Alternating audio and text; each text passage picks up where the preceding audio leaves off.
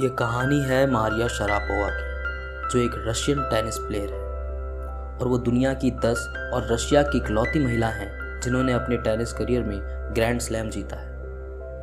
आज की इस वीडियो में हम उनके जीवन के उन्हीं संघर्षों के बारे में जानेंगे कि किस प्रकार से वो सिर्फ 18 साल की उम्र में टेनिस की नंबर 1 खिलाड़ी बन गई। तो अगर आप ये वीडियो पहली बार देख रहे हैं और हमारे चैनल पे पहली बार है तो हमारे चैनल को सब्सक्राइब कर जुड़ जाइए हमारे साथ, ताकि आप बाकी चैप्टरों की कहानी भी इसी मज़ेदार तरीके से सुन पाएँ और उनसे कैसे क्वेश्चन आपके एग्जाम में आएंगे ये भी जान पाएँ। आइए अब मैं समझाता हूँ आपको इस चैप्टर की पूरी कहानी। There is something at odds with Maria Sharapova with her smile and dress. कुछ तो अंतर है मारिया शरापोवा की स्माइल और उनके ड्रेस में। This lifted her on 22 August 2005 to the world number 1 position in women's tennis, जिसके कारण 22 अगस्त 2005 के दिन वो दुनिया की महिला टेनिस खिलाड़ियों में नंबर 1 बन गई। She is a Siberian teenager. It took her 4 years to achieve the top position. वो एक साइबेरियन युवा लड़की हैं जो मात्र 18 साल की थी जब वो दुनिया की नंबर 1 पोजीशन प्राप्त की उन्होंने, और इसमें उन्हें 4 साल का समय लगा। Maria climb upward 9 years before. Maria का ये ऊपर और चढ़ने का जो सफ़र है वो 9 साल पहले चालू हुआ। She was not yet 10 when she was sent to train in America. वो 10 साल की भी नहीं थी जब उन्हें ट्रेनिंग के लिए अमेरिका भेज दिया गया। The trip to Florida with her father Yuri put her on the line to success and stardom. उनकी ट्रिप थी फ्लोरिडा से, जहाँ पर उनके पिता और यूरी ने उन्हें इस सक्सेस, इस कामयाबी और स्टारडम की ओर भेजा। But it meant a separation also of 2 years from her mother Yelena, और इसका मतलब ये था कि अपनी माँ से 2 साल के लिए बिछड़ना। यहाँ पे पिता का नाम यूरी और माँ का नाम येलेना है। Yelena had to live in Siberia due to visa restriction, और येलेना को साइबेरिया में ही रुकना पड़ा उनके वीज़ा प्रतिबंध के कारण। तो यहाँ तक हमें ये तो पता चल गया कि मारिया शरापोवा कब नंबर 1 खिलाड़ी बनी और कब उनका ये सफ़र चालू हुआ, और इसके कारण उन्हें किस प्रकार का अलगाव अपनी माँ से देखना पड़ा। कहानी में आगे है, Maria recalls that she felt lonely in US. Maria याद करती हैं कि वो यूएस में बहुत अकेला महसूस करती थी। She missed her mother greatly. उन्हें अपनी माँ की सबसे ज़्यादा याद आती थी।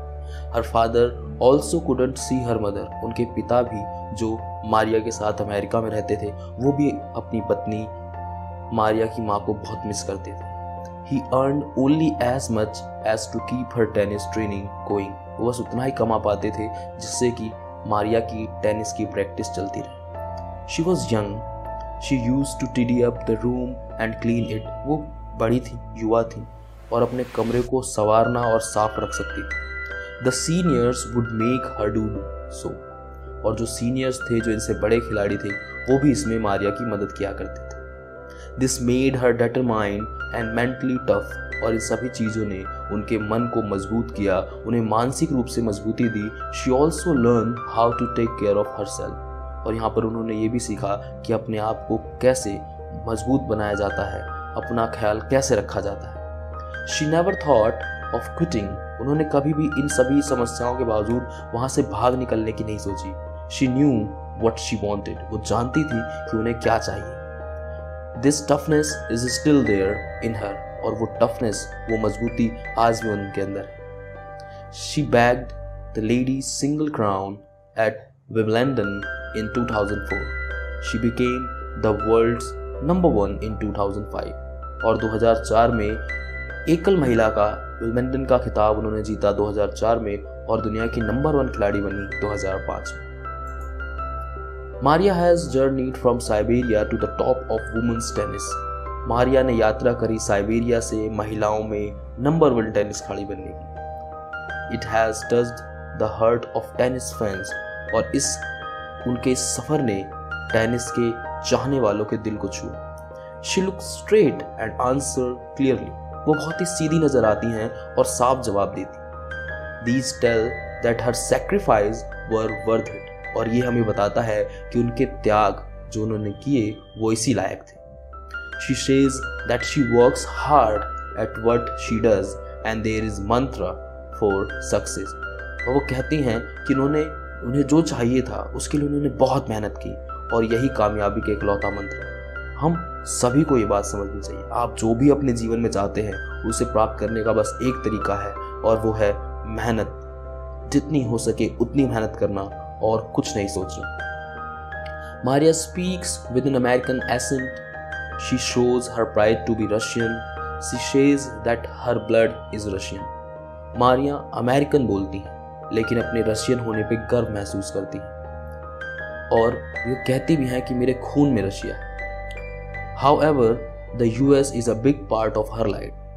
जैसे कि US उनके जीवन का एक बहुत बड़ा हिस्सा है लेकिन उसके बावजूद भी उन्हें रशियन होने पे गर्व है। She will play the Olympics for Russia if they wanted her to play. और वो आगे ये भी कहती हैं कि वो ओलंपिक्स भी खेलेंगे रशिया के लिए अगर उन्हें खेलने का मौका मिलता है। और आपके इस चैप्टर में नहीं दिया गया लेकिन मैं आपको बता दूं, लंदन के 2012 के ओलंपिक मारिया शरापोवा ने खेले थे और वहां पर सिल्वर मेडल भी जीता था। शरापोवा's hobbies are fashion, singing and dancing. Sharapova की ये हॉबीज हैं जो आप उनके कैरेक्टर स्केच के रूप में जब बात लिखें तो याद रख सकते हैं। She loves reading the novels of Arthur Conan Doyle. She is fond of evening gowns. She loves pancake with chocolate spread and orange drinks. Maria को सब चीजें पसंद। Sharapova's can't be put in a category. She has talent, a desire to succeed and a readiness to sacrifice.